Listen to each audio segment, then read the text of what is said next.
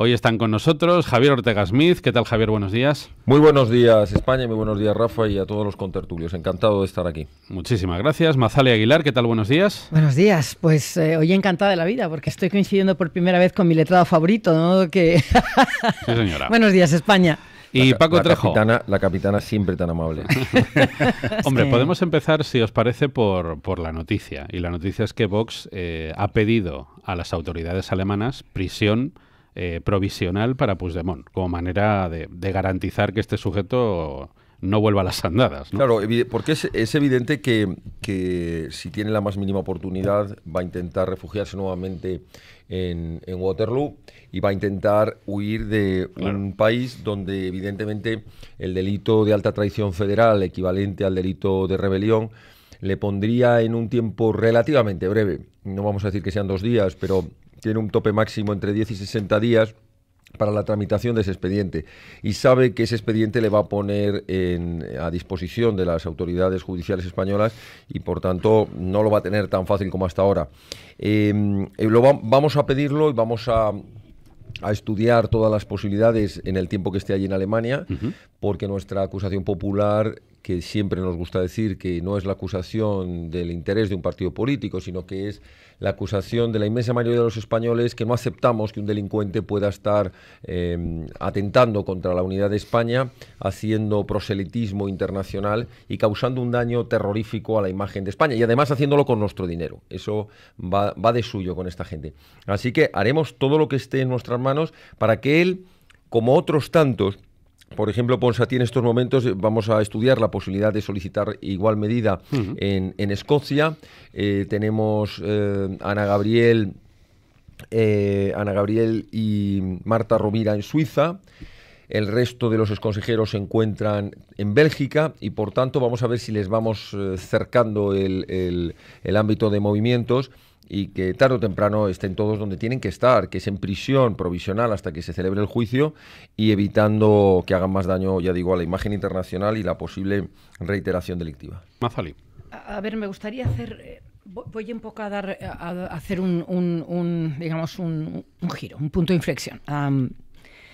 Querría batir una lanza en favor del acoso, mejor dicho, en favor del juez Llarena y contra el acoso que está sufriendo en su propia carne, y sobre todo he visto noticias, están intentando machacar la casa que tiene en Gerona.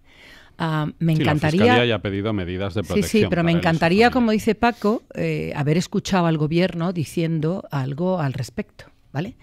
Hecho en falta también, y esta mañana lo estaba escuchando en varias cadenas de radio, la inacción del gobierno. Yo creo que el seguimiento que han hecho con el señor Puigdemont del CNI y por eso... Yo tengo mis dudas, ¿eh? A ver, tengo mis dudas. A ver, yo no sé si ha sido o no. Dicen que sí, que efectivamente el CNI estaba al tanto. ¿Qué va a decir Soraya? A ver, pero lo cierto y verdad es que ha habido otras 2 opciones, es decir, otras 2 inacciones del gobierno que han sido, en el caso de Marta Rovira, que fue, y perdonadme la expresión, una cagada, con perdón, y en el caso de Ana Gabriel, otra idéntica. No, yo creo que son 6 o 7. No, 6 o 7, pero bueno, estas 2 como muy ya. Entonces, yo no sé si es que le estaban pitando los oídos de lo mal que lo estaban haciendo, porque la verdad es que han sido 2 fiascos del CNI, que como tú bien dices, no sé si han sido por falta de profesionalidad, cosa que a veces, a ver, yo creo que tenemos unas fuerzas y cuerpos de seguridad del Estado bárbaros, pero no sé si es que en estos 2 casos dijeron, miren ustedes para otro lado, y ya en el caso de este señor ha sido, bueno, lo hemos hecho tan mal que es que o hacemos algo en concreto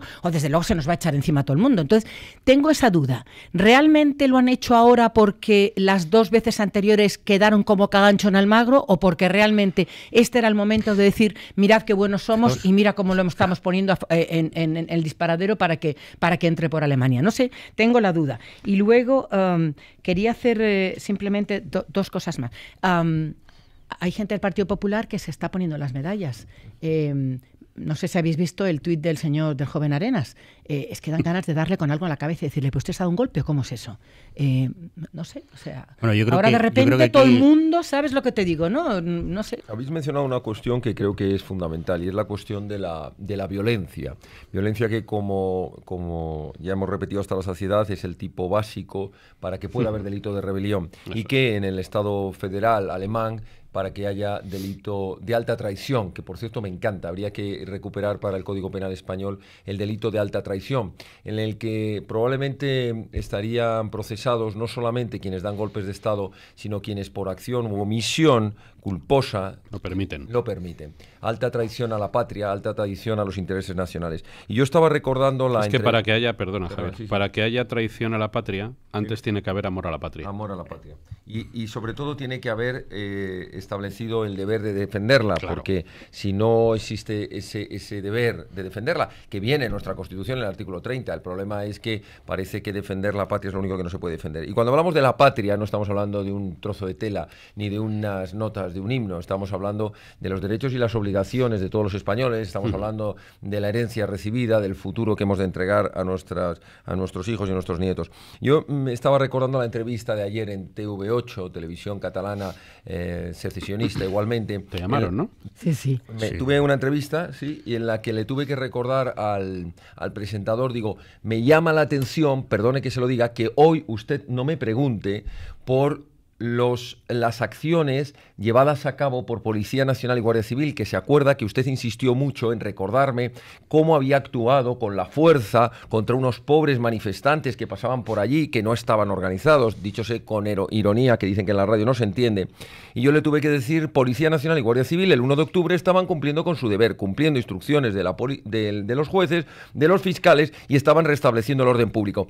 Le tuve que recordar ayer, oiga, hoy no me pregunta usted por los porrazos, las sirenas, las detenciones y las cargas policiales de la brigada móvil o llamados antidisturbios de los Mossos, a los que felicito porque estaban cumpliendo con su deber. Obviamente.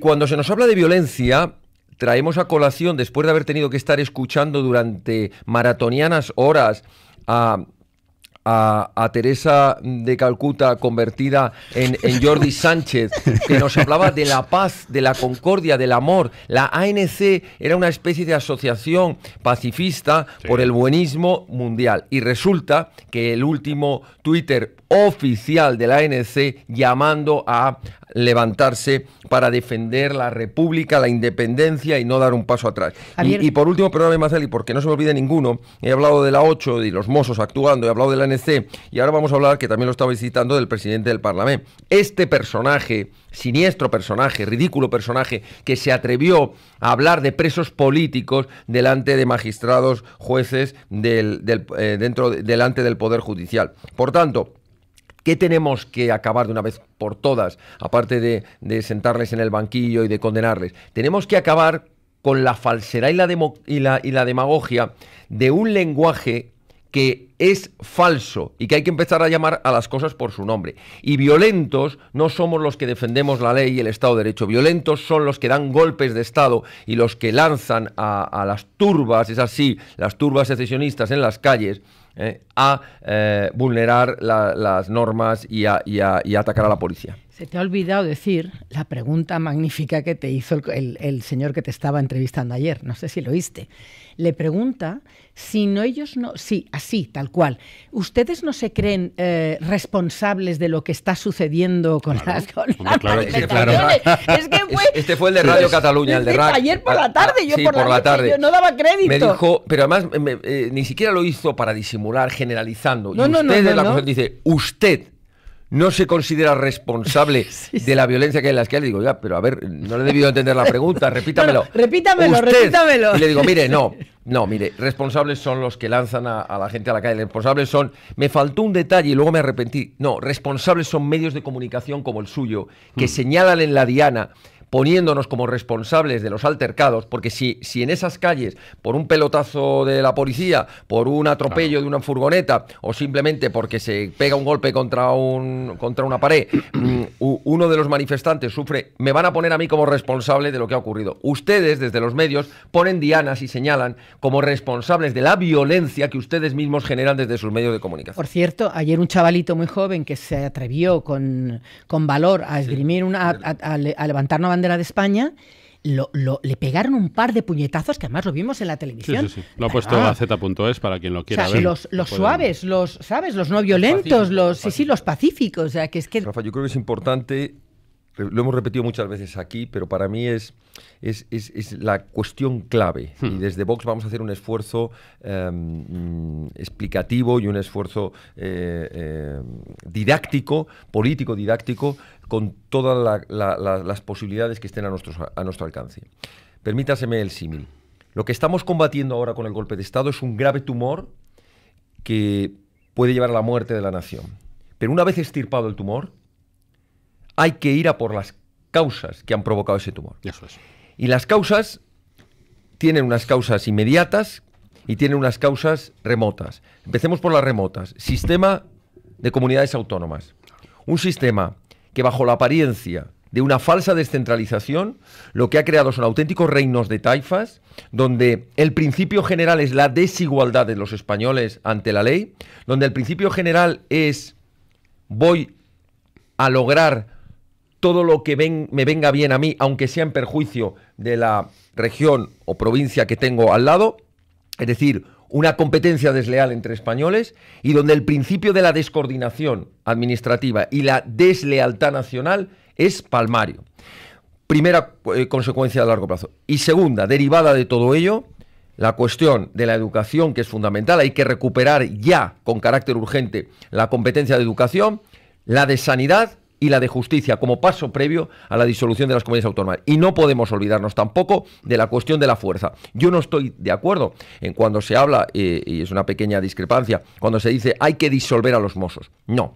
El cuerpo de los Mossos, en su inmensa mayoría, de los 17.000 hombres y mujeres que lo forman, son auténticos profesionales. Por cierto, muchos venían ya de Policía Nacional y Guardia Civil. Están detectados por los informes de la Guardia Civil más o menos unos 3.000 que están vinculados a sindicatos, a organizaciones secesionistas, y de los cuales unos 300, un 10% aproximadamente, son directamente activistas violentos e incumplidores de la legalidad. Uno de ellos detectado ayer. Por tanto, ¿qué es lo que queremos o lo que proponemos desde Vox? La integración de las policías autonómicas, la Policía Foral Navarra, la Ertzaintza Vasca y los mozos de escuadra catalanes, integrarlos dentro de Policía Nacional y Guardia Civil, por supuesto, equiparando salarialmente a Policía Nacional y Guardia Civil con los salarios que tienen actualmente las policías autonómicas, no al revés, que no se preocupe ningún mozo ni ningún ertzaintza, no consiste en equipararlos, que ya verían ellos lo que es trabajar duro por un sueldo injusto. No, equipararíamos al revés. Y por tanto, una vez que la educación y una vez que la seguridad esté en manos del Estado para defender el interés general del Estado, habremos evitado que se produzcan nuevos tumores, porque habrá otro tumor, si no en el País Vasco, otro en Baleares, otro en Valencia y Galicia. Comentando antes, hablabas de las medallas, ¿no? Y has dicho, no, aquí el único, hablabas del gobierno, no se puede poner el gobierno medallas, y has dicho, el único que puede ponerse medallas es Vox. Bueno, yo voy a corregir. Si me permites. Sí, claro. Aquí las medallas se las tiene que poner el pueblo español, que salió a la calle a las llamadas de la Fundación de Naes, a la llamada de distintas asociaciones civiles, el pueblo español que puso la bandera en sus balcones diciendo aquí hay un español o hay una familia que no se rinde y que está orgullosa de ser españoles, que es tanto como decir dejen ustedes de negociar con los golpistas. La medalla hay que ponérsela a un juez de instrucción valiente en Barcelona, el juzgado de instrucción número 13. Las medallas hay que poner, y muchas, una vez más, a nuestra policía y nuestra Guardia Civil por una extraordinaria instrucción, investigación, miles y miles de horas de grabaciones, miles y miles de horas y folios de informes sin los cuales no haríamos nada. Hay que ponérsela al juez instructor del Tribunal Supremo, a la Sala de Apelaciones. Hay que poner a todos ellos medallas, y a nosotros, permítaseme recordar la cita, a nosotros, perdona, y yo no soy monárquica. Perdona, me olvidaba, y una muy grande, al primero de los españoles, perdóname, porque tenía que haber empezado por Su Majestad el Rey, por ponerse al frente moral, al frente moral de la nación, porque al final ese es el referente. Y decía que, terminaría con una frase, que una vez puestas todas esas medallas, a los de Vox nos vale aquella frase del general americano previo al desembarco de Normandía, cuando le dijo a sus hombres: nosotros desembarcaremos en Normandía, nosotros avanzaremos por las playas y los terrenos, a otros les dejamos París, los desfiles y las medallas. A nosotros nos bastará con haber cumplido con nuestro deber y haber sido capaces de apuntar dentro de las posibilidades un camino nuevo para España, que otros sean los que tengan las medallas y otro el precio. Y por eso, trayendo eso a colación, no puedo entender, y me duele, que una persona como Rosa Díez, que al frente de UPyD hizo una labor extraordinaria en defensa de España, bueno, de una España más constitucionalista, como le gusta llamar a ella. A nosotros nos gusta hablar de la nación española con mayúsculas, no solo una nación que parece que nació en el 78. Pero quiero decir que con las discrepancias que pudiéramos tener, siempre hemos reconocido el trabajo extraordinario que UPyD hizo, entre otras cosas, luchando en los tribunales. Y no podemos entender el tuit de Rosa Díez en el día de ayer diciendo que, para pegarle a Ciudadanos, decía, esto no se le debe a Inés Arrimada, no se le debe a Albert Rivera, se le debe al gobierno. Claro, señora Rosa Díez, o está usted muy mal informada o ha sido poco justa en sus palabras, porque yo estoy seguro que cuando usted sepa que el gobierno lo único que ha hecho ha sido intentar hasta la saciedad negociar, mandando a la vicepresidenta allí, y después aplicar, cuando no le quedaba más remedio, un artículo 155 con unas medidas absolutamente light e ineficaces, se dará cuenta. Y si quiere le doy un dato más, enviando a la Abogacía del Estado el día de ayer, o sea, cuando llevamos un año y pico de investigación y de lucha contra el golpismo, aparece la Abogacía del Estado, es decir, que dirige el gobierno, aparece en el mes de febrero. Así que, doña Rosa Díez, estuvo usted un poquito injusta. Porque hay cosas que un periodista tiene que decir. Y las palabras de Javier Ortega le enaltecen, por esa modestia y discreción, y también a Mazzali, que seguro que comparte el mismo criterio, pero desde este medio de comunicación hay que decir claramente que si no hubiera sido por Vox, partido que no tiene ayudas públicas, que se financia exclusivamente con las aportaciones de sus simpatizantes y de sus afiliados, si no hubiera sido por Vox, les aseguro que no estaríamos viendo lo que estamos viendo en las últimas horas y días. De eso pueden estar ustedes absolutamente seguros. Y luego que cada uno vote a quien quiera. Porque aquí yo no vengo aquí con la camiseta de Vox, ni pidiendo el voto para Vox. Hay algunos periodistas que lo han hecho, lo respeto. Yo no. Yo no pido el voto para Vox. Yo le cuento a la gente lo que es Vox. Y que cada uno vote a quien quiera. Pero si no es por Vox, pueden ustedes estar convencidos de que no estaría esta gentuza entrando en la cárcel como está entrando. Si nosotros no nos ponemos las medallas a nivel personal como Vox, porque efectivamente estoy de acuerdo contigo, esto ha sido un conglomerado y sobre todo del pueblo español, que es lo más grande que tiene esta nación. Sí me molestaría que hubiese alguien que no hubiera estado en esta brecha y en esta lucha entrando como vencedor.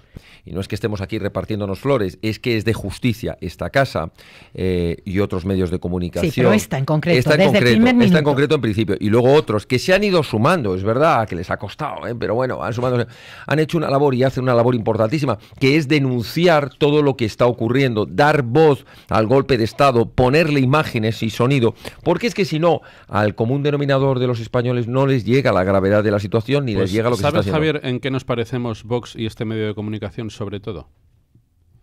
En que no le debemos nada a nadie. Claro. Y en que como no recibimos dinero público de nadie, no nos pueden callar la boca. Ni a vosotros ni a nosotros.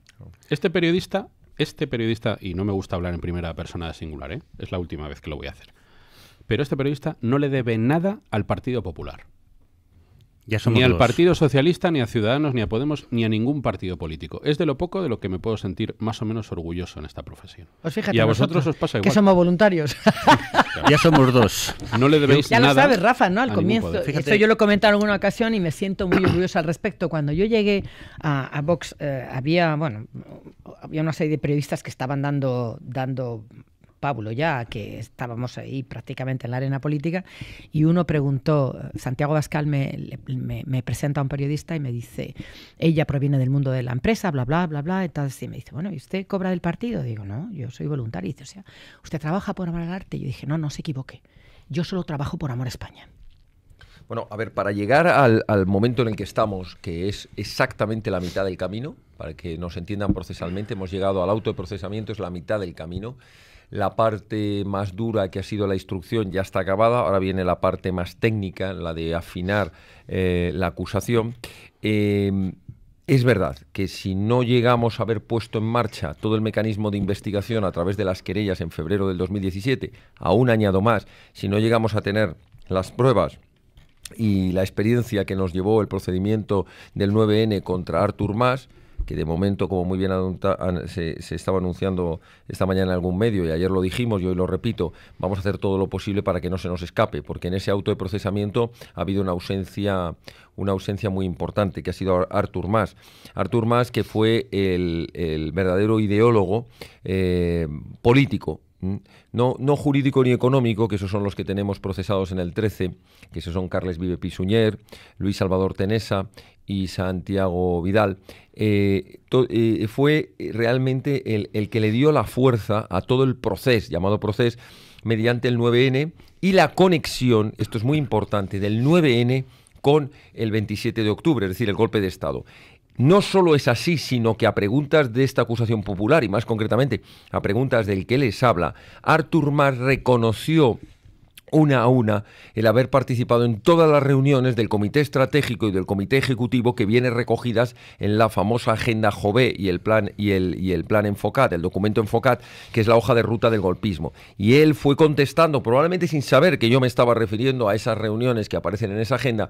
Él ha participado directamente y ha sido la conexión con los golpistas que ahora conocemos de primera mano, con Puigdemont, con Oriol Junqueras, Marta Rovira, etcétera, etcétera. Él era el nexo de unión con todo el proceso que venía desde el año 2012, que se dice pronto. Por eso, Artur Mas, esperamos que no se nos escape. Y por eso, contestando a tu pregunta, para llegar hoy aquí es como una montaña. Hubo que empezar en el 2014 con aquellas primeras querellas, hubo que iniciar en febrero del 2017 las querellas y las infinitas diligencias de instrucción, de registros, de intervenciones telefónicas, de intervenciones de correos electrónicos, que nos han llegado a tener en este momento unos 19.800 folios de instrucción, 40 registros, cientos de horas, porque no las hemos medido, cientos de horas de intervenciones telefónicas, 2.500 folios que recogen solamente correos electrónicos y así un amplísimo elenco de pruebas que espero que sean más que suficientes para que dentro de unos meses sean condenados todos y cada uno de los golpistas. Por lo menos en volumen, yo creo que las llevaremos en carretillas si hace falta, pero llegaremos allí. Mira, la furgoneta está en la que han llevado a la cárcel a Puigdemont, yo creo que en la furgoneta esa os cabe. En todo. Bueno, hablando de furgoneta, para que nos entiendan todos los oyentes, gracias a la magnífica labor de los servicios de información de Policía Nacional, se consiguió paralizar 2 vehículos camuflados y una furgoneta con 64 cajas con una documentación vital, porque eran todos los informes de los servicios de información de los Mossos, y en esas cajas, 64 cajas, hay un material impresionante probatorio sobre todo lo que era el golpe de Estado, y por tanto esas cajas también serán pruebas que pondremos encima que la de la llevaban a mesa. incinerar, ¿no? La llevaban, pero no lo he dicho, la llevaban a incinerar, a quemarla. Sí. Y hubo un momento, yo he hablado con los agentes que participaban, me vinieron a saludar, por cierto, fue muy emotivo, me vinieron a saludar iba a decir la ciudad, pero ahora ya me he perdido, porque ya no sé en cuál de todas fue. Yo creo que fue en Barcelona. En Barcelona, exactamente. Me vinieron a saludar al final de una charla en Barcelona y me dijeron, usted no nos conoce, por supuesto, pero si le enseñamos una foto a lo mejor se acuerda de esta imagen. Y claro, la foto estaba sacada desde un helicóptero y se veían los coches que intervinieron. Y me explicaron la tensión que hubo delante de esa incineradora, tensión que estuvo al milímetro de haber acabado a tiros. Claro. Porque intervino un oficial de la Policía Nacional, llamó a otro oficial de los Mossos. Se jugaban mucho. Se jugaban mucho y les tuvo que enseñar el auto judicial de la magistrada Lavela, que también han hecho un trabajo extraordinario, y lo quiero decir desde el Juzgado Central de Instrucción 3 de la Audiencia Nacional. Les enseñó el auto y les dijo, mire, esto es lo que hay, usted verá lo que hace con sus hombres. Y entonces hubo una retirada, pero esto fue como esas imágenes del oeste en la que están cara a cara y no se sabe quién pestañea primero antes de que empiecen los tiros. Porque los Mossos de los servicios de información sabían lo que llevaban en esos coches y dijeron, no reconocemos la autoridad de Policía Nacional, quítense ustedes porque vamos a entrar a la incineradora. Y la Policía Nacional se mantuvo firme y yo a estos agentes les dije, habéis cumplido un servicio a España impresionante, porque lo que iba en esos coches es una prueba inculpatoria gravísima y ellos lo sabían. Yo sigo diciendo, y se comenta y se ha dicho más veces aquí mientras tengamos este gobierno de indolentes, pero sobre todo de una cobardía salvaje que, y lo digo, para mí la palabra político no es más otra cosa que servidor público. Y esta gente, en lugar de ser servidores del pueblo, son servidores de sí mismos y de sus partidos.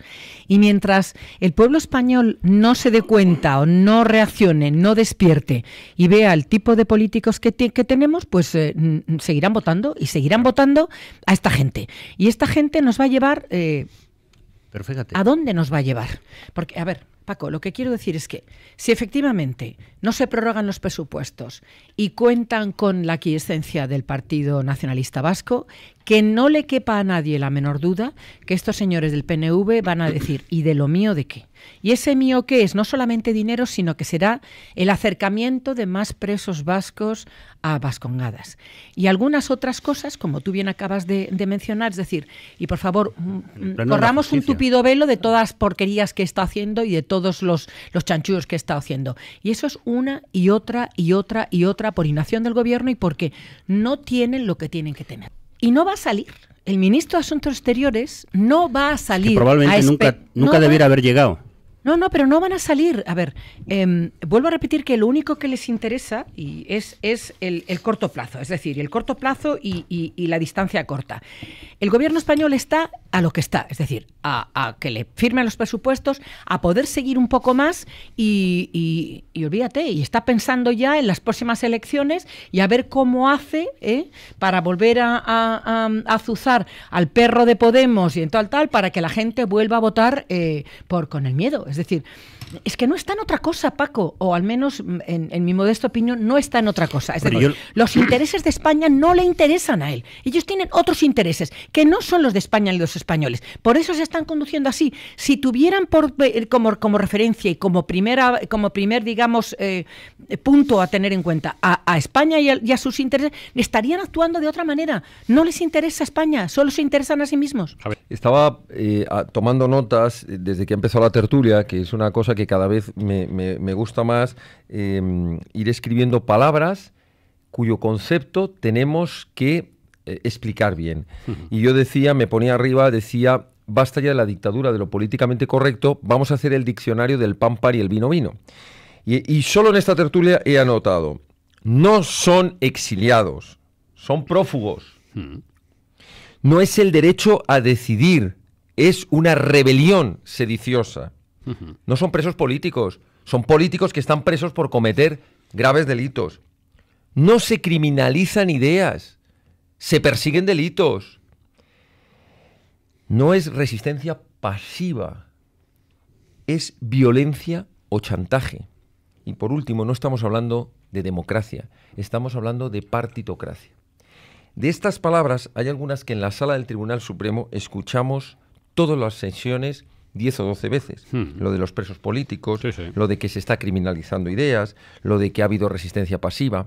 Y cuando nos están diciendo eso se lo están trasladando también a la sociedad, todos estos medios de comunicación que son correas de transmisión de la mentira. Por tanto, uno de los esfuerzos que tenemos que hacer todos los españoles es empezar a corregir, perdón, no, preso político no, es un político delincuente que está preso por cometer delitos. No, perdón, no hay un derecho a decidir ni un derecho a la autodeterminación, no existe ese derecho, salvo en un caso, lo que le hemos dicho muchas veces, específico en Naciones Unidas para la descolonización. Lo que existe es una intencionalidad de romper la nación española mediante una rebelión, mediante una secesión. En fin, que tenemos que empezar a ganarles también la batalla del lenguaje, la batalla de hacer una contrapropaganda frente a quienes están trasladando una serie de palabras que tienen un contenido político y programático ideológico muy fuerte. No estamos en discrepancia. Yo cuando me estaba refiriendo al lenguaje que utilizan ellos desde el punto de vista penal. Estábamos en la esfera penal. Ellos en la esfera penal dicen que esto es un proceso político donde se criminalizan ideas y nosotros decimos no, aquí se está persiguiendo delincuentes. Ahora bien, si nos salimos de la esfera penal, de los procedimientos judiciales, nosotros claro que combatimos las ideas. No todas las ideas son legítimas, no. Este buenismo de decir, hombre, es que cada uno puede pensar lo que quiera. Pues mire, pensar sí, porque entre otras cosas es inevitable que piense lo que quiera. Pero ¿cuál es el problema? Que no todas las ideas hay que aceptarlas y nosotros no las aceptamos y además las combatimos, como combatimos, por ejemplo, la ideología de género, que es una ideología destructiva, liberticida.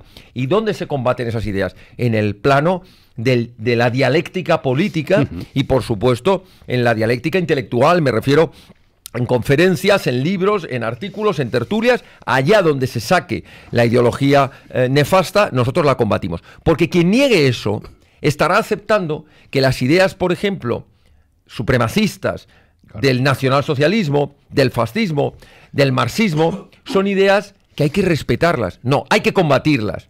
Otra cosa es que hay distintos lugares donde combatirlas. Las ideas se combaten cuando son delitos en los tribunales, cuando son ideas, solamente ideas defendidas de palabra en la política y cuando se convierten en acciones armadas con las armas. Así ha sido en la historia y así lo será siempre. Por eso somos el único partido que, por ejemplo, quiere traer a la Constitución española, cuando podamos tener la suficiente fuerza para que los españoles llevemos a cabo una reforma constitucional, y si no, por lo menos en la ley orgánica correspondiente, traernos esa parte de la legislación alemana tan interesante que dice que los partidos separatistas secesionistas, cuyo objetivo es la destrucción de la nación, son partidos inconstitucionales. Por tanto, partidos que no pueden ser legales. Igual que no puede haber un partido supremacista, racista, xenófobo o que quiera matar a los negros, a los judíos o llevar a las mujeres secuestradas bajo un burka. Que se me enfade Mazzali, pues, lo pongo a posta el ejemplo, así que yo sé que no se va a enfadar. Lo hemos defendido aquí, nuestro principio sobre la ley electoral, que es otra de las ideas fuerza que llevamos en nuestro programa, dice algo tan sencillo como que un voto de Cuenca valga lo mismo que un voto de Madrid.